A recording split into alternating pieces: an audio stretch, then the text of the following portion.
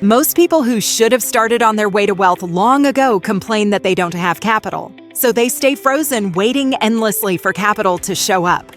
When they think of the word capital, what comes to mind is money. But what the ultra-wealthy know is that there are 3 types of capital and all of them matter. Financial capital is money. It helps you buy assets. Social capital is your network. People who know you, trust you, and open doors for you. Human capital is your skill, knowledge, and ability to get things done. Here's the part most people miss. If you don't have financial capital, you use your social and human capital to get into deals, businesses, and opportunities that lead to wealth. That's exactly how most self-made wealthy people start, and they usually fall into one of these 5 profiles. 1. The connector. Connectors make money by linking people who want something with people who can provide it. That's how real estate agents work. They don't own houses, recruiters don't own companies, influencer managers don't own brands. They connect demand to supply and take a percentage. This is also how platforms like Facebook and YouTube were built. They connected creators to audiences for free, then connected advertisers to those same audiences for a fee. How to start? Look for a place, situation, or condition where a demand for something is high and supply is limited.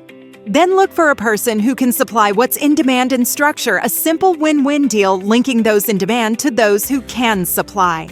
2. The fixer. Fixers don't buy businesses or assets, they fix broken ones. They find something that's struggling, step in to improve it, and earn part ownership instead of cash.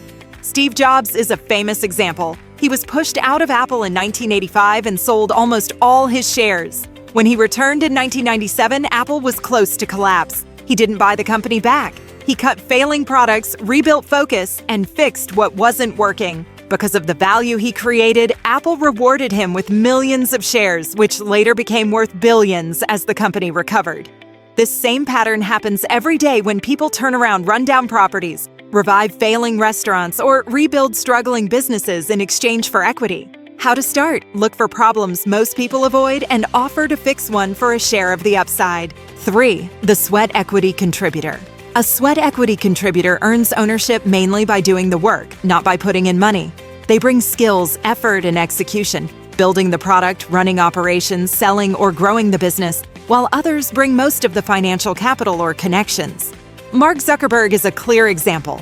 When Facebook started, he put in only a small amount of personal money to cover basic early costs like servers, but that contribution was tiny compared to the value he created by building and running the platform. Most of his ownership came from sweat equity, his coding, product decisions, and long-term execution. Eduardo Saverin provided early funding and handled initial business matters. Peter Thiel invested $500,000 for later expansion and brought credibility and access to Silicon Valley, while Sean Parker helped with strategy and introduced Zuckerberg to key investors.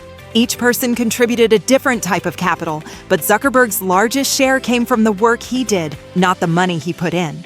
How to start? Offer your skills to someone with an idea, audience, or funding and ask for equity instead of a salary, especially if you're the one building or running the core of the business. 4. The asset creator. Some assets don't need money at all or need the least amount of money. They need time, focus, and consistency. Content, brands, software, courses, audiences. Once built, they can earn again and again. Content creators grow channels, developers build software, educators sell digital courses. Even Masayoshi Son, who later became Alibaba's early backer, created and sold patents as a school student before having any financial capital.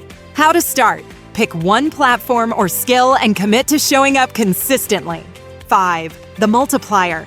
Multipliers grow what already exists. They use other people's platforms, audiences, or resources and help scale them for a share of revenue or ownership. Reid Hoffman used his network to grow LinkedIn before massive investment. On a smaller scale, marketers and operators do this every day with small businesses. They don't build from zero, they amplify. How to start? Find something that already works and help it grow faster using your social capital and network to expand its reach while earning equity in the process. No matter which path fits you, the truth is simple. You don't need financial capital to start building wealth. You need skills, you need relationships, and you need the courage to create value first. Pick one path, take the first small step, and start today. If this video made sense, it builds directly on our other video about the 4 F's of wealth. That video explains how the ultra-wealthy allocate their money to build wealth. If this helped you see money differently, like the video, share it with someone who needs it, and start using your skills and connections to build something real.